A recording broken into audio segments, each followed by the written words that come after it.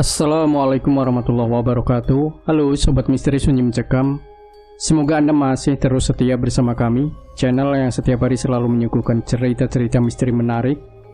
Dan untuk kesempatan kali ini kami sudah menyiapkan sebuah kisah nyata misteri yang berjudul Terkena Gangguan Gaib Sepulang dari Objek Wisata. Cerita ini aku ambil dari kisah sepasang kekasih yang pernah mengalami kejadian mistis dan berujung tragedi menyeramkan yang menimpa mereka. Kejadian yang tidak akan mereka lupakan selamanya. Kejadian yang menjadi pelajaran hidup bahwa kesopanan dimanapun itu tetap dijaga.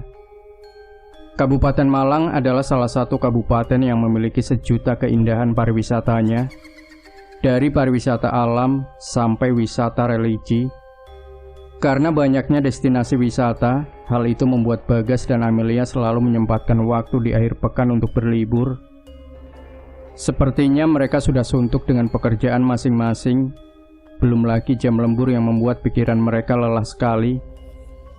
Amelia saat itu sedang duduk santai di rumahnya, menunggu kedatangan seseorang yang selalu menjadi penyemangat hidupnya. Siapa lagi kalau bukan pacarnya, Bagas. Suara sepeda motor terdengar di halaman rumah Amel.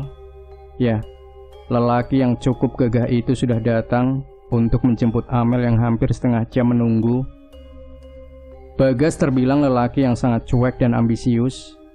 Namun, kedua sifat itu akan musnah jika sudah berada di dekat Amel. Ya ampun, kok cepet banget datangnya? Masih setengah jam loh, biasanya lama, ucap Amel bergurau. Bagas hanya tersenyum dan membuka helm bogo yang dia pakai. Dia menghampiri Amel dan memegang tangannya.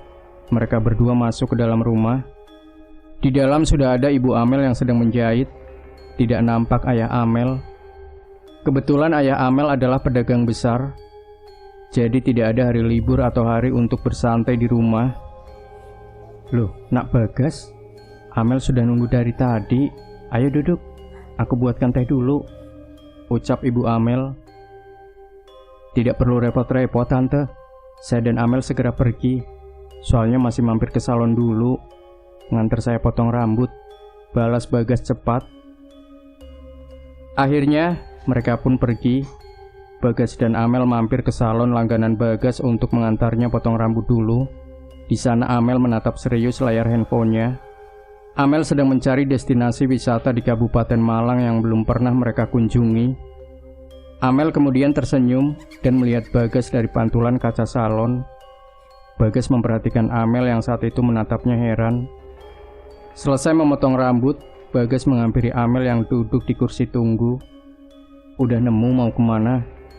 Jangan rame loh, aku nggak mau kalau rame, ucap Bagas. Amel hanya tersenyum dan melirik Bagas saat itu. Amel kemudian memperlihatkan layar handphonenya. Bagas membaca destinasi wisata yang Amel ingin kunjungi.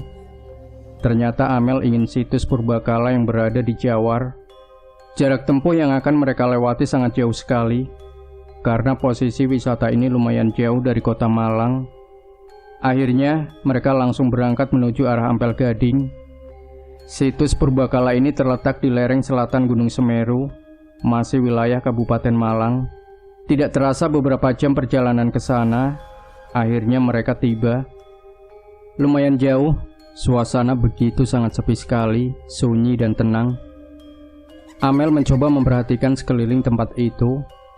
Amel merasakan seperti sedang diperhatikan oleh ribuan orang, namun hanya batinnya saja yang merasakan seperti itu.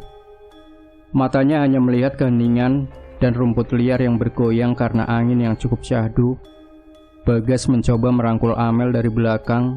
Amel hanya tersenyum dan kemudian berjalan. Amel melepas rangkulan Bagas dan menoleh kepadanya.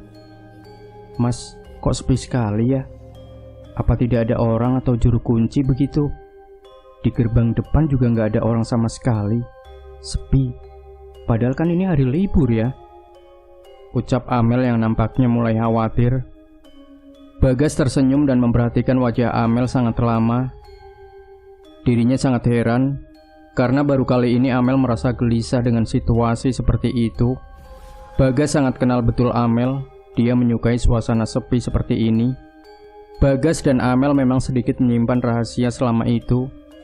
Ada alasan yang mereka tutupi pada liburan akhir pekan mereka. Kita jalan-jalan saja dulu. Emang kenapa sih kalau sepi? Toh selama ini juga tempat seperti ini yang kita cari, ucap Bagas. Amel kemudian memperhatikan Bagas sangat lama dan berusaha membuang rasa khawatir itu. Namun tidak bisa dipungkiri, Amel merasa tempat itu sangat aneh dan menyimpan tanda tanya yang besar. Amel dan Bagas berkeliling tempat itu dan melihat apa saja yang berada di sana. Mereka melihat gazebo dan sebuah pendopo yang luas, sepi dan tidak ada orang sama sekali. Hanya mereka berdua saat itu yang ada di sana. Bagas kemudian mengajak Amel melihat sesuatu yang berada di ujung komplek itu. Ternyata terdapat situs purbakala dan juga sebuah petilasan. Bagas dan Amel saling pandang dan mendekati tempat itu. Di sana terlihat sebuah situs yang sangat luas sekali. Batu-batu zaman kerajaan zaman dahulu terlihat betul. Batu-batu zaman kerajaan zaman dahulu terlihat betul menumpuk dan memberikan pesan bahwa mereka merajai kisah sedari dulu di sana. Entah apa yang ada di pikiran Amel saat itu. Di sebuah tempat yang tidak dia ketahui kewingitannya, Amel dengan mudahnya naik ke tempat itu dan dia berjoget seperti orang gila di atas situs tersebut. Tetapi Bagas yang seharusnya melarangnya malah ikut menari dan juga berjoget sembari mengikuti Amel yang juga menari mengelilingi tempat itu. Tiba-tiba terdengar suara kentongan berbunyi secara cepat dan membuat mereka berdua kaget sejadi-jadinya. Mereka melihat ke arah sumber suara kentongan itu, berusaha mendekatinya dan melihat apakah suara kentongan itu berasal dari orang yang jahil kepada mereka. Mereka pun berjalan ke sana. Belum sempat mendekati, sebuah tongkat kayu jatuh dengan sendirinya ke arah tanah. Namun Bagas dan Amel memperhatikan tidak melihat ada orang selain mereka berada di sana. Bagas memperhatikan bangunan yang mirip dengan pura orang Hindu. Suara kentongan itu berasal dari sana. Bagas melihat sebuah kayu yang menggantung di dalam pura itu. Bagas belum menyadari sesuatu bahwa di sana adalah tempat yang sangat sakral. Karena Bagas dan Amel mulai tegang dan juga jenuh, akhirnya Bagas mengajak Amel ke gazebo. Masih tidak terlihat akan kehadiran juru kunci dan orang yang menunggu area itu.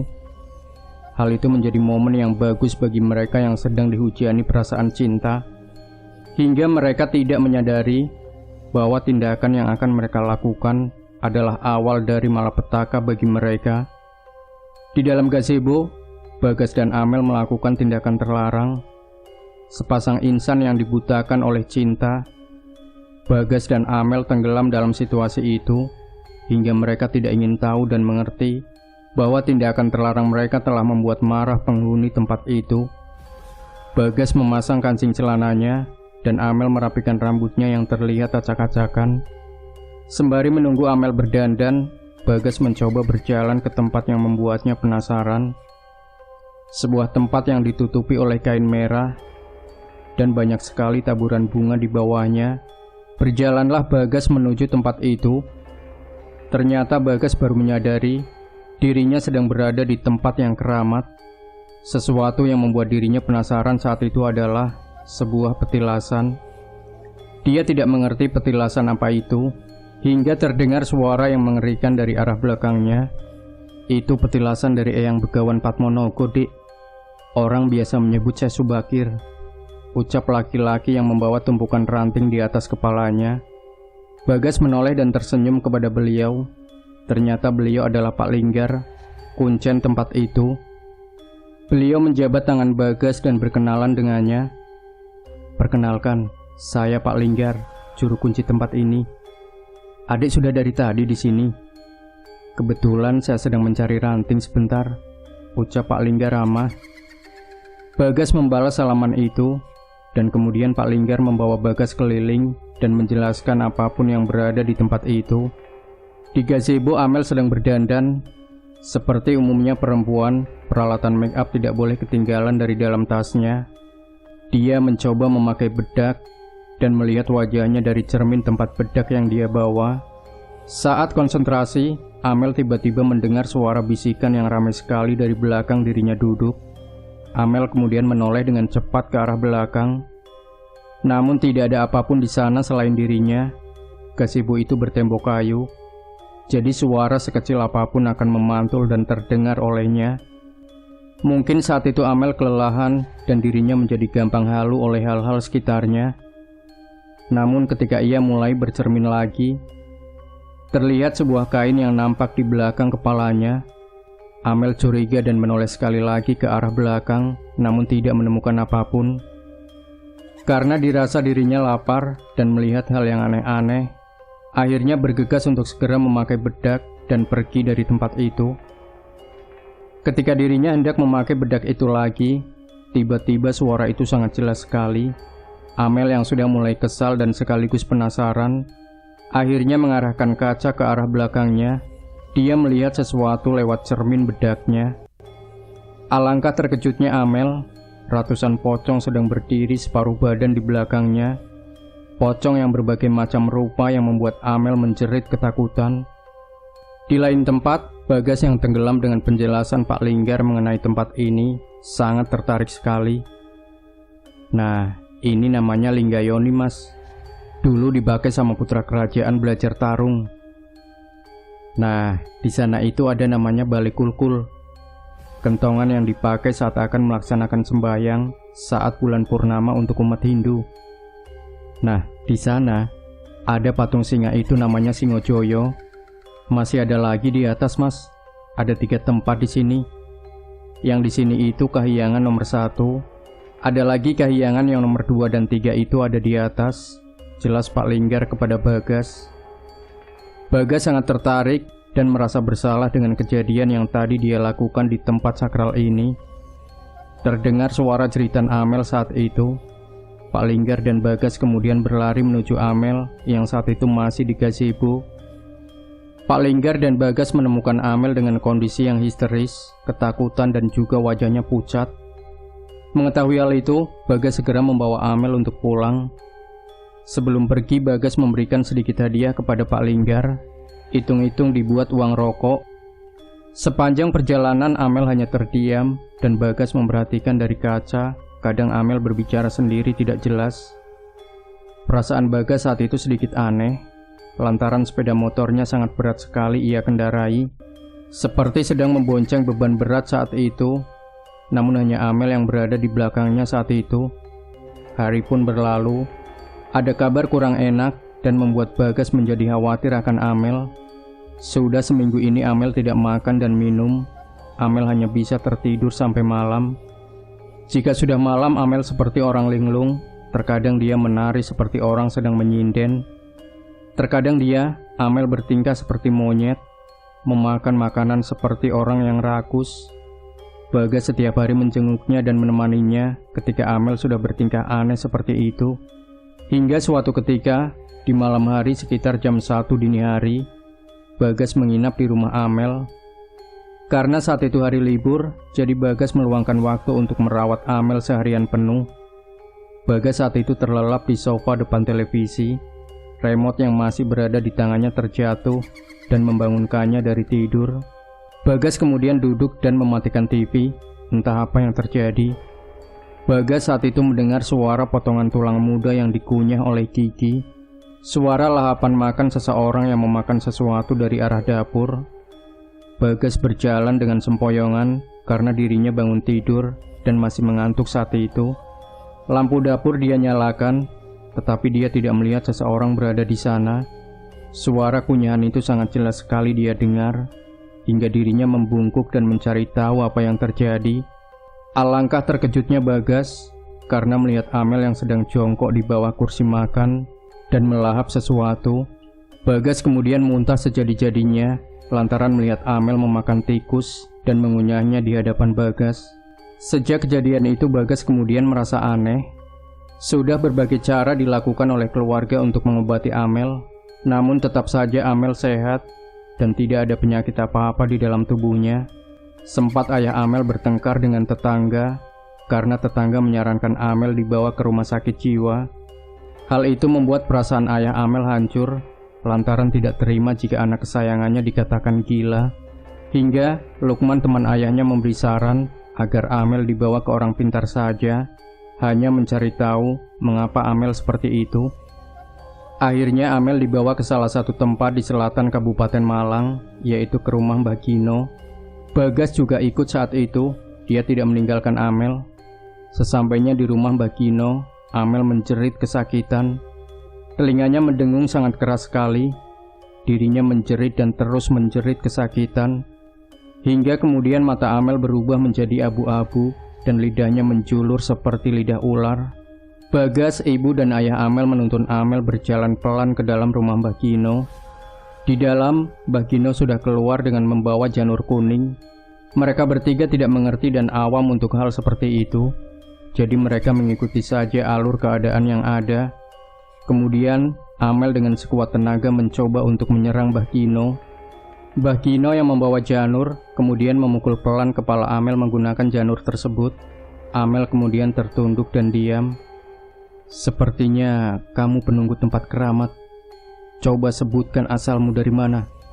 tanya Mbah Gino. Kemudian Amel tertawa. Angin besar kemudian datang dan menerpa mereka. Kemudian suara kuntilanak yang mengikik bersamaan muncul tak bersosok. Mereka yang berada di sana kebingungan dengan apa yang terjadi. Mbah Gino mencoba membawa sesajen yang berisikan bunga-bunga dan pisang di sebuah nampan kecil.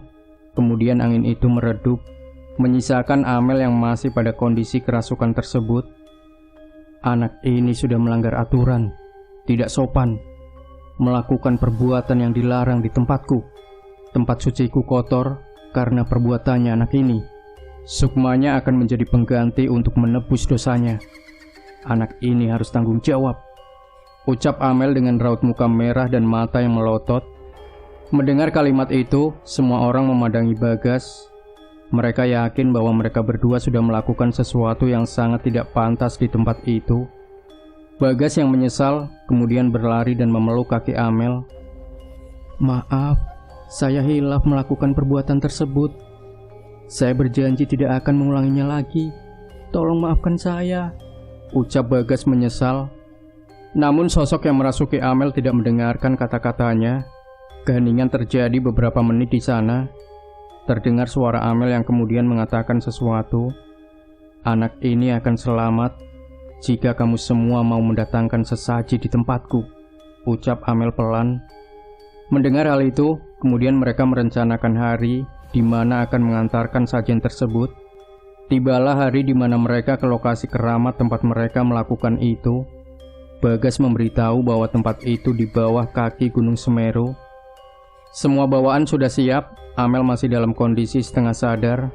Berangkatlah mereka, dan kemudian beberapa jam mereka sampai di tempat itu. Amel kemudian membelalakkan mata. Dia kemudian berjalan sambil menari menuju salah satu tempat, yaitu situs Linggayoni.